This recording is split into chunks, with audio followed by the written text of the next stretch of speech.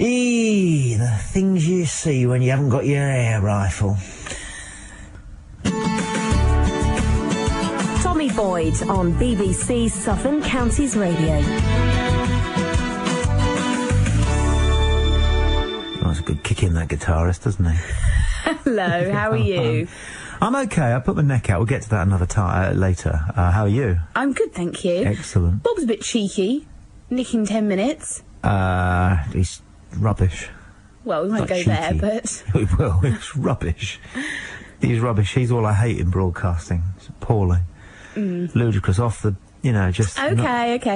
Well, Made your point. Well, he sticks what he considers to be the knife in and twists it, he thinks. So Yes, we'd have to go down to his what am I level. supposed to do then? Say thanks Turn very the much other indeed to cheek. Bob for another wonderful show? Yes. Dreadful business. Right, well, here we are then, you and me. It's the late night Saturday show on BBC Southern Counties Radio.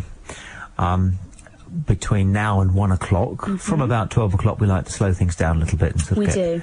Not sort of cuddle up or anything, but just take the heat out of the situation. But, to kick things off, then we do quite like to get a little bit of adrenaline flowing, don't we? We do. We don't force the issue. There's No. nothing remotely artificial about it. But why shouldn't people get their gander up on a Saturday evening?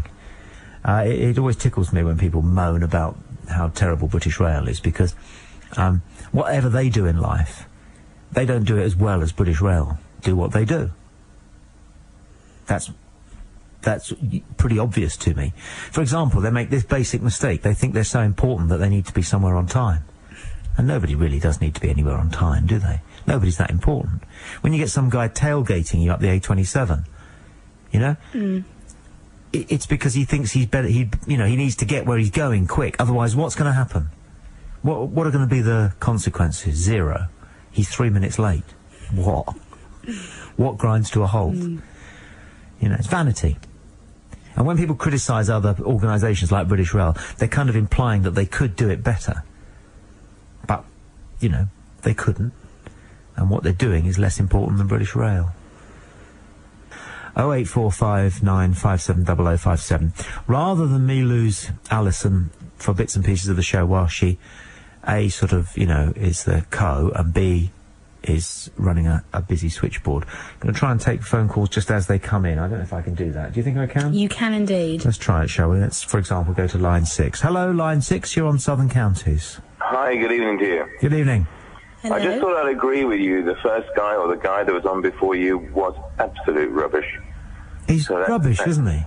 Oh, taking the mickey out of public, isn't he? He's not for real, surely. How do some people get away with it on the radio? That guy cannot be for real. He just cannot be for real. Well, what about the woman he was talking to?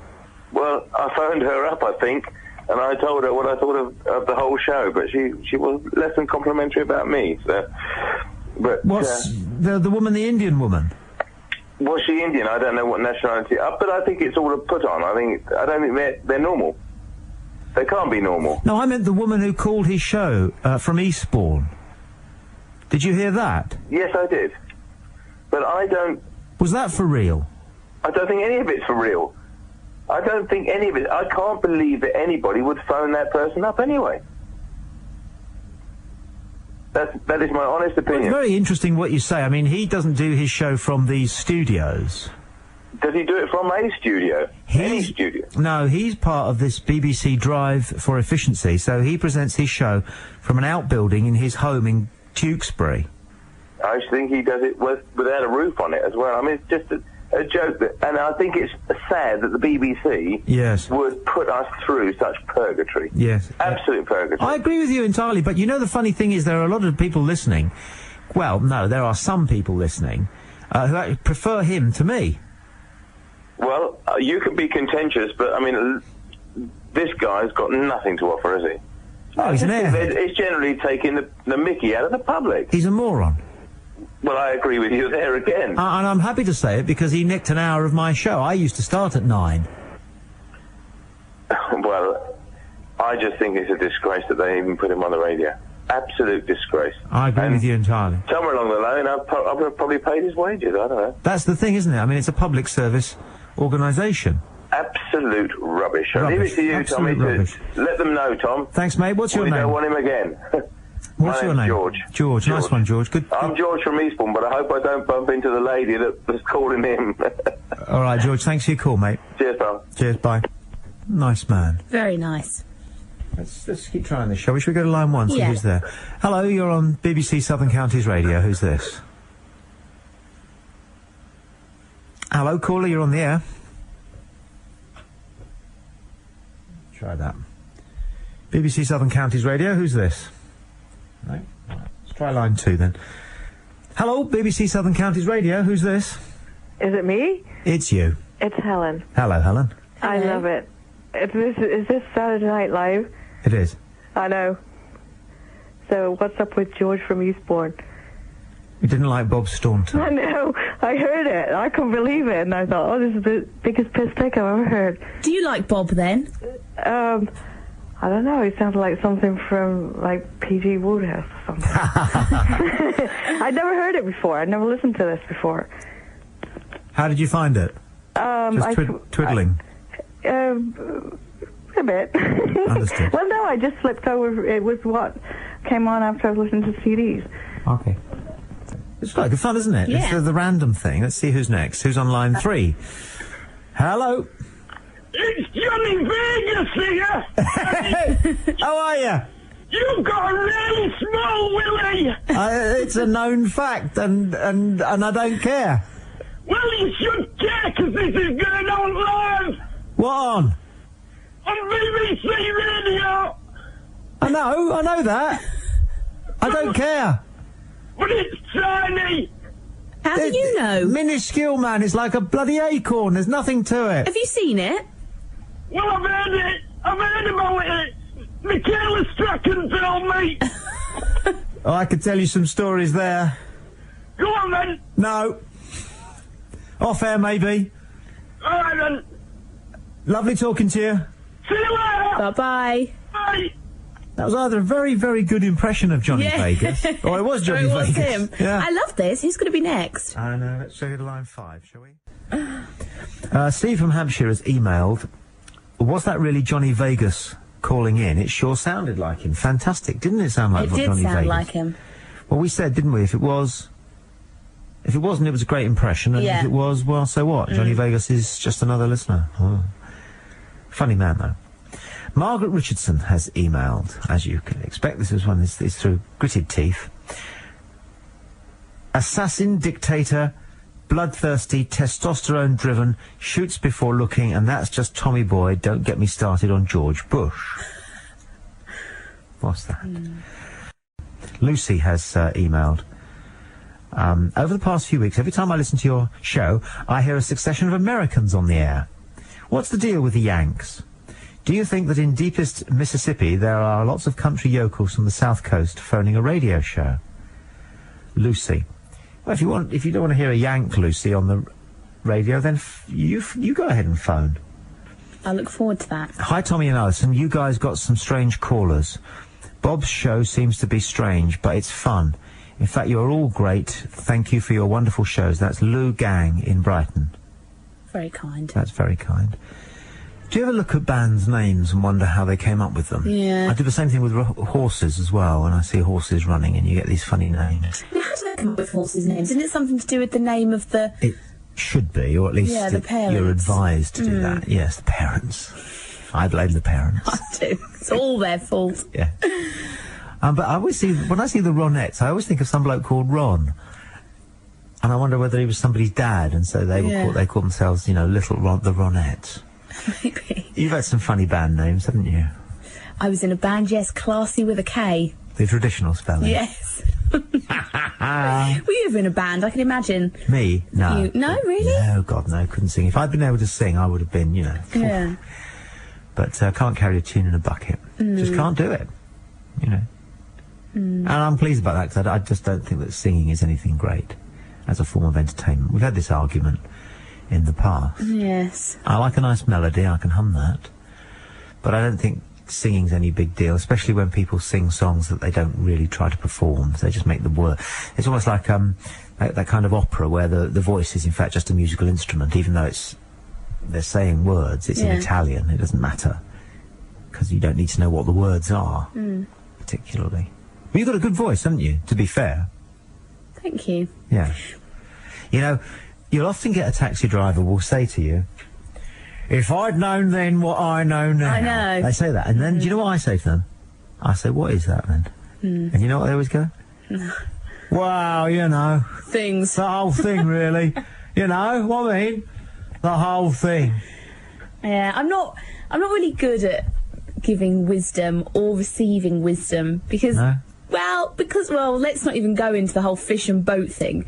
But most wisdom is just cack. Hello, line 1. Who's this?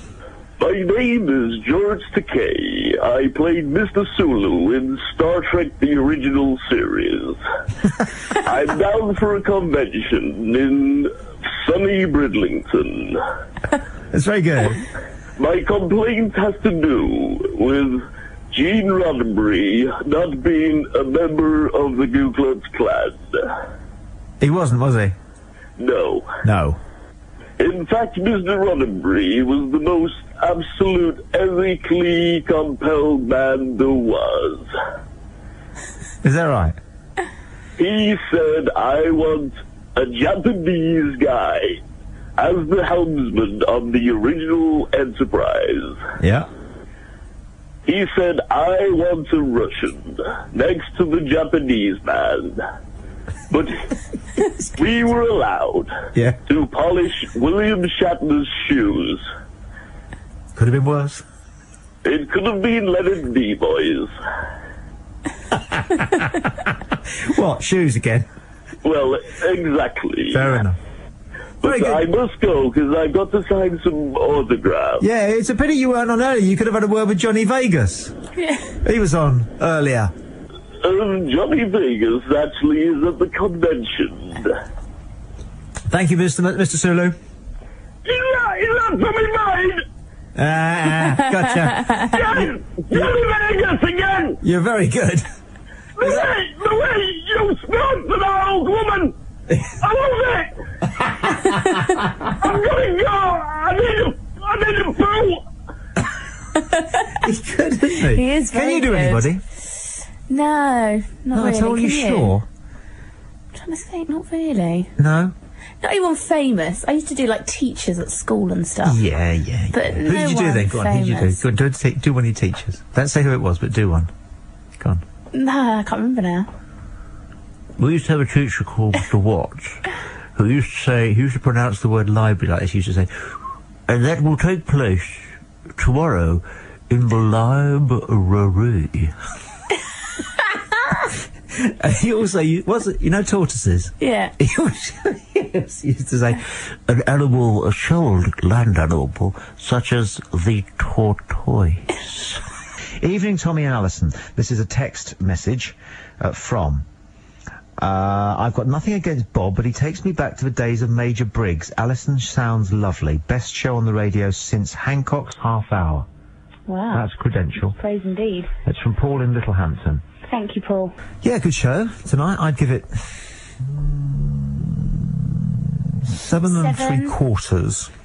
Yeah, I'd go with 7. I'm always reluctant to say 8 because that's a sort of comfort zone thing. But we had a good raucous call from a couple of irate people. I love the whole taking the call straight to air. It works. Not only because it means I don't have to get the abuse on the switchboard, but also it's quite exciting. You don't know who's going to be there. No. What's going to happen next. No, and they don't have any option but to say something, whereas, you know, they chicken out if they talk to you. But, I mean, you know... Well, we'll stick with it then. I'm a great believer in seeing if it works. Well, thanks a lot of fun this evening. Thank you. And look forward to doing the same thing next Saturday from 10 o'clock. Yeah. Hello, line 1, you're on Southern Counties. Who's this? Yeah, talking from Hove. Just hearing your bit about what you call a bit on the side, which you said is quite okay. Is this what you intend to promote on the programme? Yes. You do? Yes. You spotted that then, did you? Spotted it? Yeah, well done. What, you think it's quite okay to promote this sort of... You heard something and worked out for yourself that it was something that we're saying on the show is something that we say on the show. Well done. Well done.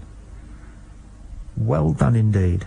Well, I don't know what sort of audience you're trying to attract. Well, what makes you think I'm trying to attract an audience? I don't care if no one listens. Why should I? What difference does it make? We're not selling toothpaste here. This is the BBC. Exactly. Exactly my point. What do you mean, exactly? If you disagree with me, how can my argument be exactly from your point of view? Well, because you talk a load of rubbish. Ah, witty, clever, incisive, fact-based. Beautiful deduction, sir. Well done. If you don't like my show, I must be doing something right. Because if the best argument you've got is you're talking rubbish, okay, then, quite frankly, sir, have you got a lot to offer yourself? Come on. Give me an argument. Well, you're not exactly giving much moral leadership to your listeners. Moral leadership? What kind of a person takes their moral leadership from some geezer on the radio? How sad. You get your moral leadership from working it out for yourself what's right and wrong. That's what I do. I'd be ashamed of myself if I thought that I actually had to go and listen to Dave Lee Travis to find out what was right and wrong. So you don't actually think you've got any influence over your listeners? Absolutely none whatsoever. Zero. Less than zero. Most people do the opposite of what I'd suggest. And I speak from experience. How much radio have you done? Well, it's your profession, not mine. Exactly. So why don't you ask questions instead of telling me what you think I should do? What do you do? I don't tell you what to do. What do you do? But what is your... What do you do? What's your aim in putting out that kind of stuff about... What do you do? Well, I don't need to say what I do. Why not? Are you ashamed of it? No. Well, what's the problem then? Well, there's no problem. I'm retired, actually. Right, you're retired. What did you used to do? Well, I've done all kinds of things. Well, name one. Store management. Store management. Mm-hmm. Okay. And what not kind very of... exciting. No, not very exciting. And what kind of moral good did that do? Was it supposed to? It's just a job, isn't it? I wasn't putting out misguidance like you seem to be doing. And you seem to think it's great, what you're doing. It is great. Well, I can't believe it. Well, it is. You actually work for the BBC. You spotted that again? You really have been sleeping in the knife drawer, haven't you? Yes, I work for the BBC. Yeah. Is that your argument? Yeah. Come on. Come on, you're trying to get something off your chest. You're cross about something. What? Did somebody deceive you once? Come on. He's gone. Poor. Very poor. It's quite good fun, isn't it? Yeah. It's the random thing. Let's see who's next. Who's on line 3? Hello. It's Johnny Vegas here. How are you? You've got a really small willy. It's a known fact, and I don't care. Well, you should care, because this is going on live. What on? On BBC Radio. I know that. I don't care. But it's tiny. How do you know? Minuscule, man. It's like a bloody acorn. There's nothing to it. Have you seen it? Well, I've heard it. I've heard about it. Michaela Strachan told me. Oh, I could tell you some stories there. Go on, then. No. Off air, maybe. All right, then. Lovely talking to you. See you later. Bye-bye. Bye. That was either a very, very good impression of Johnny Vegas. Or it was Johnny Vegas. Him. Yeah. I love this. Who's going to be next? I know. Let's go to line 5, shall we? Steve from Hampshire has emailed, was that really Johnny Vegas calling in? It sure sounded like him. Fantastic. Didn't it sound like Johnny Vegas? It did sound like him. Well, we said, didn't we, if it wasn't, it was a great impression, and if it was, well, so what? Johnny Vegas is just another listener. Oh. Funny man, though. Good evening, line 6. You're on BBC Southern Counties Radio. Hello. Oh, aren't you wonderful? When you stop blowing your own trumpet, might we have somebody else on?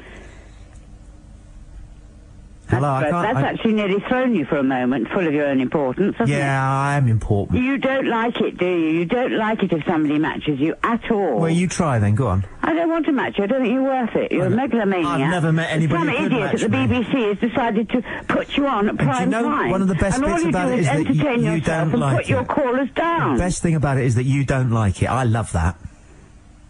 Oh, gives you a buzz, does it? Yeah. Oh, and where'd you go from there?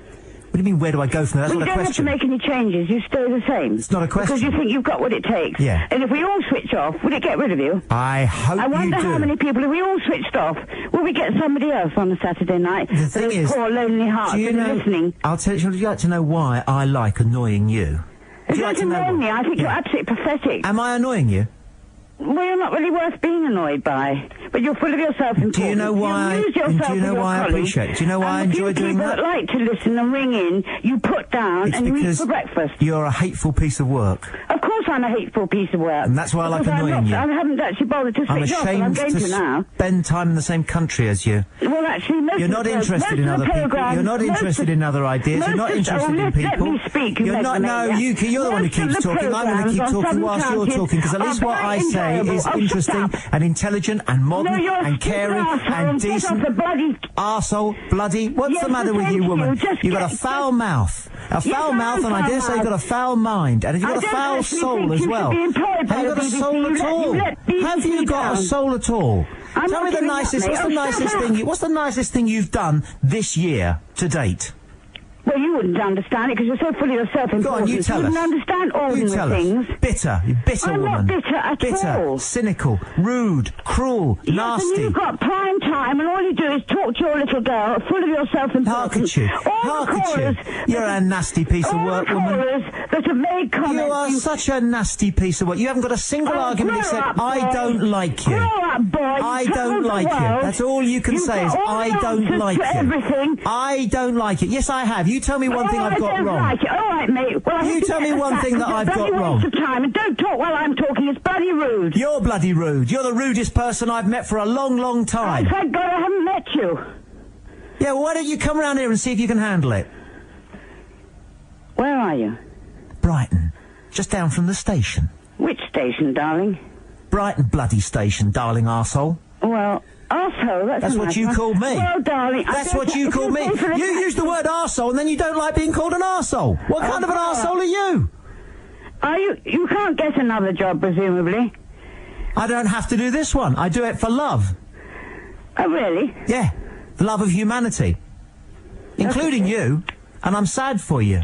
Because you haven't got a single constructive argument, just hate. Bitterness. I don't have any. That's all you've got. You haven't got an articulate argument, a considered argument. Oh, you haven't told me anything. You have an argument you don't rate in your You haven't told me anything. You haven't said anything. Because you're good at arguing. All you've done. You got your job done. All you've done is be insulting, rude. That's all you do to your plain callers. Bloody rude. All you do to your callers, darling, I'm going to give you. Put them down. Some poor woman. I'm going to give you a. I'm going to give you a challenge, and it's this. I don't need a challenge, darling. Yeah, well, you've got one. The biggest challenge. And if you can't rise to it, it'll just show you for what you are, which is besides all the hatefulness, you're vacuous. Here's the challenge. Say something constructive. I'm articulate. Say something constructive. The world, darling. You know everything about everything. You have traveled the world. Saturday night. I've lived more in any 1 hour than you have in any of the decades of your empty life. So there. How do you know my life is empty? I can smell it. I can smell it on you. And what in your nasal passages gives you the verbosity to say that? No, because you came on here being horrible, and so you're getting it back. And you know the funny thing is, you can't hack it. You can't handle it. You can't even be ruder than me. You can't be constructive. You can't be articulate. You can't even be ruder than me. And you know what you're best at is being rude, and I'm ruder than you. So that's the reason why I'm arrogant, because I'm better than you even at the one thing that you do reasonably well, which is be nasty. What do you mean, be nasty? You're a big boy, you've travelled the world, you've got the answer to everything. Absolutely everything. Why does being nasty upset you? It doesn't. Because you're not very good at it. I'm better than you at it. Absolutely impossible. You tell me one thing that you can do half as well as me. I don't know what you can do other than shoot your mouth off. Well, you tell me one thing you think you can do well. But if I was such a megalomaniac, I could probably do something very well. Well, we're waiting to hear what it is, though. I don't know. You're waffling. We're waiting to hear what it is. Cough. Is that what you do best? I do lots of things quite well, but I won't discuss it with you. You can't name any, because there's nothing you can do well. Well, if that's your opinion, we always have to listen to your opinion. Until you tell me one thing that you think you can do well, okay? Then besides being inarticulate and nasty, you're irrelevant. Well, you're relevant and you're on prime time, and it's about time somebody got you out of your job. You can't do anything, can you? Of course I can. What's the point of you? What is the, I'm trying to listen to a programme that's a load of crap. What is the point of you? All you've done is be foul-mouthed. I'm not foul-mouthed, no more than you. Bastard, arsehole. Well, and crap. I don't use language like that. I don't expect you to. Well, you've actually used quite a lot of foul language this evening. Not as much as you. Does it actually get recorded, your programme? Not as much as you. Does your programme get recorded? What do you mean by that? Well, when you come off air and you say, well, haven't I had a good run, pat myself on the back and go home to the wife and the kids, how have I treated my audience tonight? And the answer is... You think you're the audience, don't you?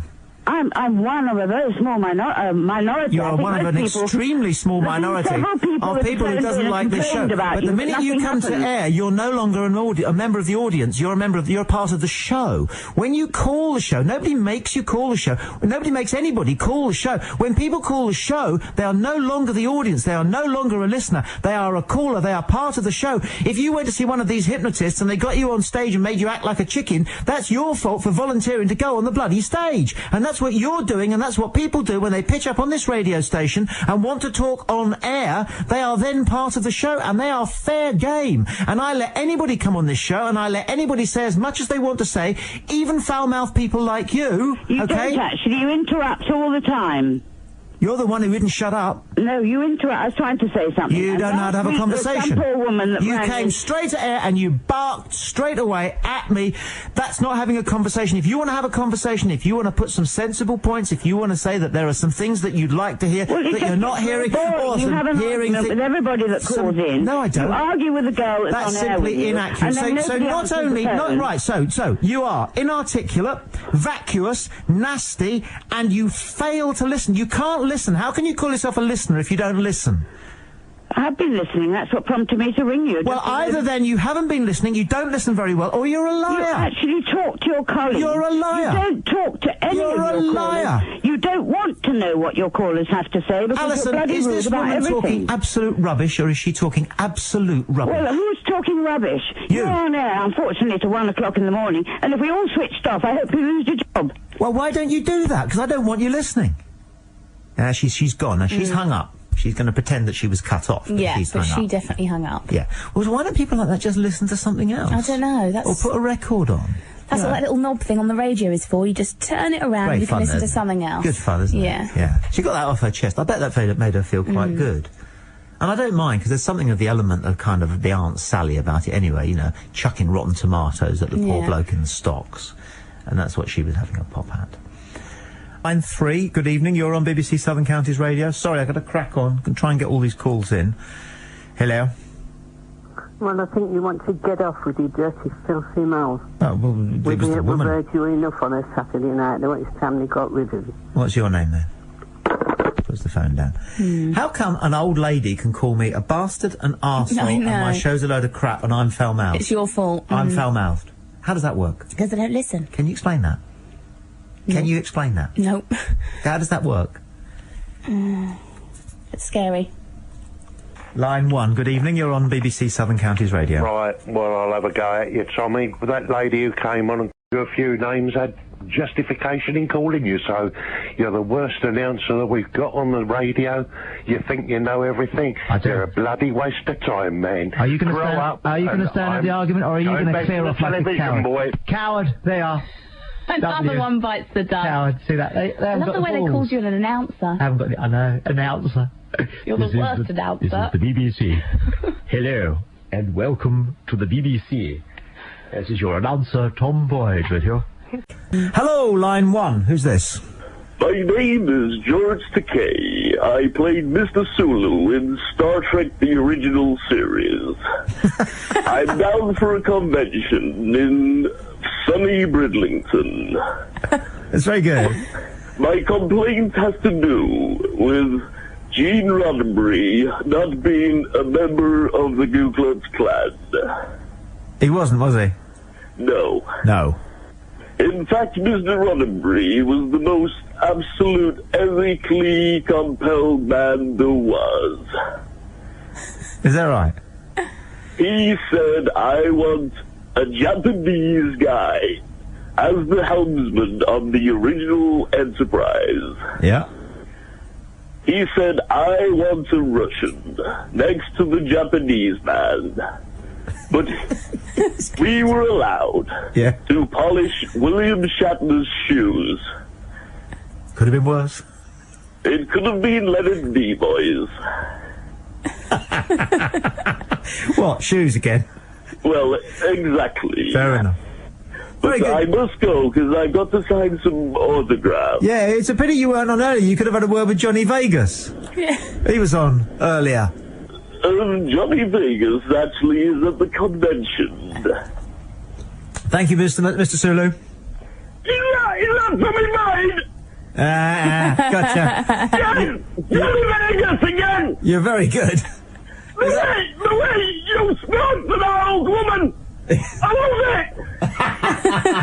I'm gonna go! I need a poo! He's good, isn't he? He is very Can you do good. anybody? No, not really. At all, Can you sure? I'm trying to think, not really. No? Not anyone famous. I used to do like teachers at school and stuff. Yeah. But Who did you do then? Go on, who did you do? Go on, do one of your teachers. Don't say who it was, but do one. Go on. No, I can't remember now. We used to have a teacher called Mr. Watts, who used to say, he used to pronounce the word library like this. He used to say, and that will take place tomorrow in the library. And he also, you know tortoises? Yeah. He used to say, an animal, a shelled land animal, such as the tortoise. Don't forget to subscribe and like. Comment too if you wish. Even slap your legs and make a purchase from Ann Summers. But don't do nothing.